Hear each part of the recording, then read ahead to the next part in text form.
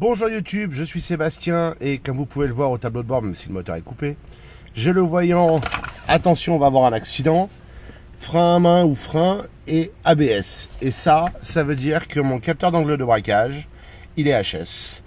Pour vous le montrer, on va le scanner aussi avec un petit OBD parce qu'il n'y a pas de raison de se priver.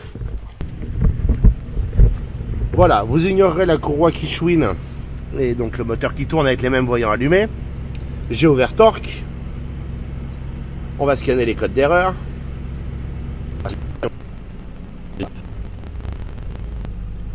Donc là, ce que vous pouvez voir, c'est que je l'ai scanné avec torque. Il n'y avait pas de défaut.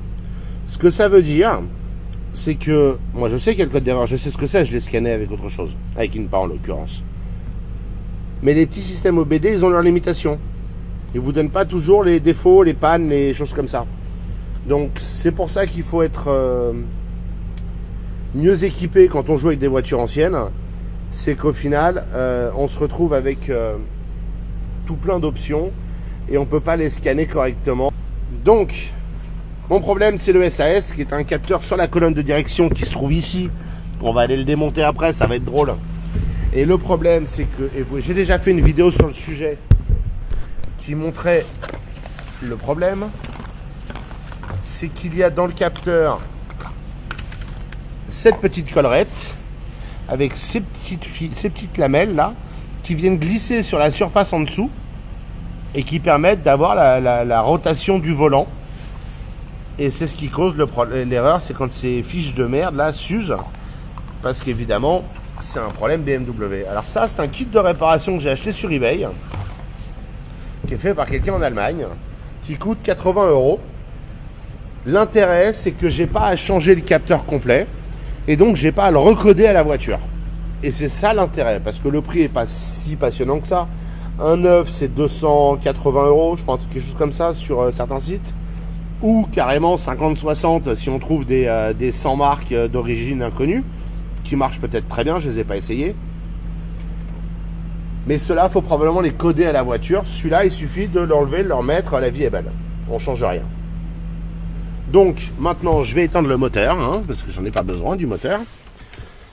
Donc comme j'ai déjà fait une vidéo sur le démontage du SAS de la colonne de direction, je vais vous mettre le lien dans la description. Je vous ai gagné à tous du temps. J'ai démonté le SAS. Dedans, il y a cette petite collerette comme ça. Il y a ça qui va dessus. Il y a 4 petites vis comme celle-là qui sont du Torx. Alors ils m'ont donné le tournevis avec, c'est du T6. Et quand on le démonte, donc on enlève la collerette. Et on a un kit de réparation qui contient une nouvelle collerette. Et si vous regardez la différence principale, je vais prendre la lumière pour ça parce que ce sera quand même mieux. Ça se situe dans les patins qui vont sur les traces. Vous voyez que là, ils sont fatigués, bouffés. Il y en a un qui est carrément disparu. Les autres sont neufs. Et ça, c'est pas la même matière. En espérant qu'ils tiennent mieux. Et ça, c'est les traces sur lesquelles ça va. Et ça mesure un différentiel entre les différentes traces. Donc, je vais les essuyer et les nettoyer un petit peu. Ça, c'est la première étape. On va prendre ça. Et on va passer un petit coup dessus. Rapide, simple. Je veux juste enlever un peu de saleté.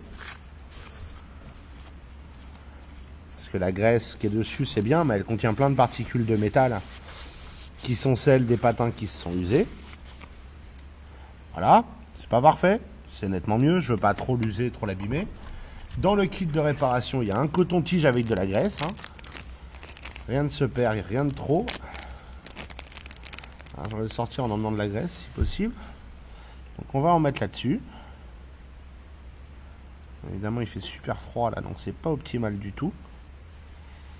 Mais c'est pas grave. Vous voyez que je mets de la graisse sur le système.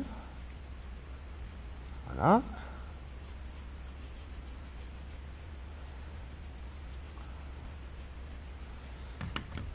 Vous voyez que c'était toujours pas super propre, mais c'est pas le plan de toute façon de le rendre nickel. Ensuite, il faut prendre ce petit chiffon qui donne pour répartir la graisse et pour l'essuyer un peu pour pas qu'il y en ait trop. On veut juste que ce soit un peu gras, pas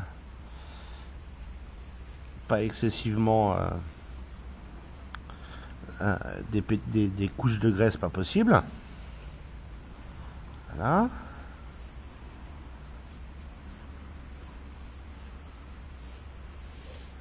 Et là c'est luisant, mais c'est pas, il n'y a pas de pellicule massive. Je vais en remettre un petit peu, puisque j'en ai encore. Je vais le faire une deuxième fois.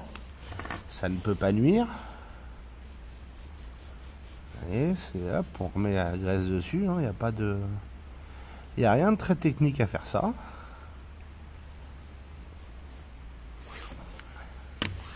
On remet ça là-dedans.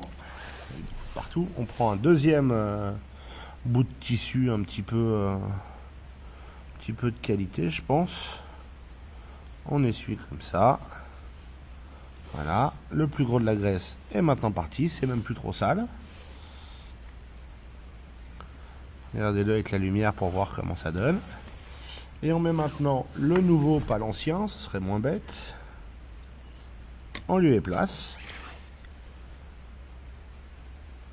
Et ça va maintenant coulisser dessus, c'est ça le principe. En fait, les lames dépassent très légèrement du plastique. Et on va le remonter. Donc je remets ça. Je vais remettre mes 4 vis.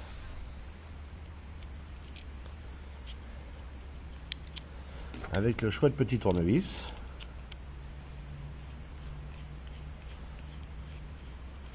Comme c'est du filetage caoutchouc, hein, c'est pas la peine de serrer comme un âne. Il faut juste que ce soit au contact. Voilà. Évidemment.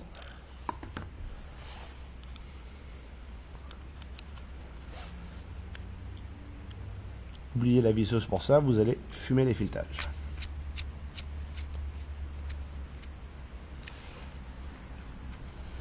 Encore une fois, l'intérêt de faire un kit de réparation plutôt que de commander une pièce sans marque ou un neuf chez BMW, c'est qu'a priori un neuf ou la pièce sans marque, il faudrait le coder à la voiture, ce qui peut se faire.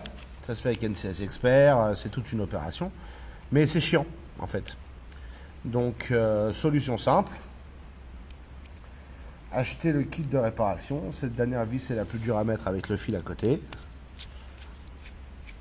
Et comme ça on garde le même SAS. Le plus vicieux, hein, mais ça n'a pas d'impact sur une X5, c'est que si c'était une voiture de collection qui avait de la valeur, il a le même numéro de série. Et vous voyez que celui-là, il est de je sais pas quand, je sais pas où est la date. Mais on garde la même pièce. Bref, on va remettre ça là-dedans. On va remettre ça là-dedans et ça avec. Au final, j'ai aussi gagné un joli tournevis Torx. Hein, c'est un Schroeder, je sais pas ce que ça vaut. Made in Germany, donc c'est pas un truc de qualité. Et ça joue, à mon avis, dans le prix à 80 € le kit, hein, soyons clairs. Et maintenant, je vais aller remonter ça sur la voiture. Là encore, c'est l'inverse du démontage pour lequel il y a déjà une vidéo. Rien de compliqué. Et puis après, on va le tester. SAS est remonté et branché. On va maintenant voir si on arrive à l'effacer. J'ai déjà fait les tours de volant. Ça ne servait à rien, mais il faut peut-être rouler aussi.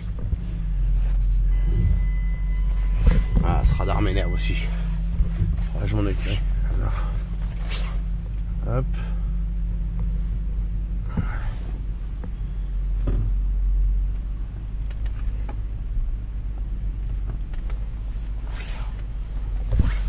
Verdict dans un instant.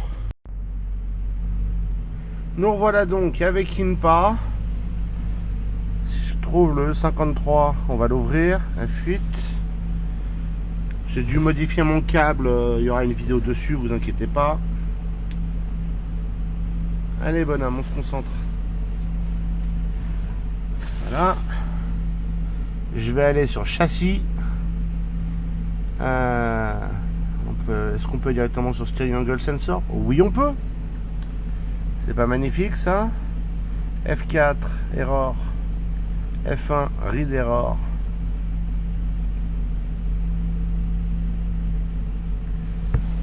Sporadique error, 90 degrés de différence, wiper tout large. Bref. Pas content comme on dit, on va effacer l'erreur, puisque c'est ce qu'on vient de réparer. Oui, il n'est pas content, mais il va s'en remettre. Ensuite, on va faire back. Faut pas être pressé. Hein. Steering angle, moins 9. Ça se joue à pas grand chose. Hein. Vous voyez. C'est celui-là, c'est celui qui est en haut. J'espère que ça ressortira. Mais donc là, il m'affiche 0. Et il suffit d'un rien de mouvement du volant pour le faire s'exciter. Mais pour une obscure raison, il n'est pas calibré. Ok, ça m'a gonflé. Alors. Bon, face à l'échec sur une page, je sais pas pourquoi je retrouve pas le menu. C'est mal foutu. Je vais aller faire un tour, voir si elle s'efface en calibrant, en tournant le volant, les roues. Et ben voilà, il n'y a plus de voyant. Je l'ai mis en neutre. Et j'ai tourné de droite à gauche. Et il s'est calibré tout seul comme un grand. Et il est content. Donc ma réparation fonctionne. Mon INPA fonctionne pas super, je sais pas pourquoi, il faudra que je regarde. Peut-être qu'il faut que je réinstalle une autre version. Et demain, j'ai plus qu'à remonter le reste de l'habitacle.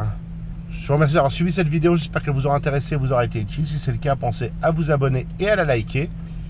Et puis, si les questions ou des remarques, les commentaires sont là pour ça. Pour ceux qui se posent la question, ce que j'ai fait, je l'ai mis en neutre, moteur tournant, je suis de droite à gauche. Et ça a fait partir. Alors j'avais effacé les codes d'erreur. Ça aurait peut-être marché en laissant les codes d'erreur. Pas sûr.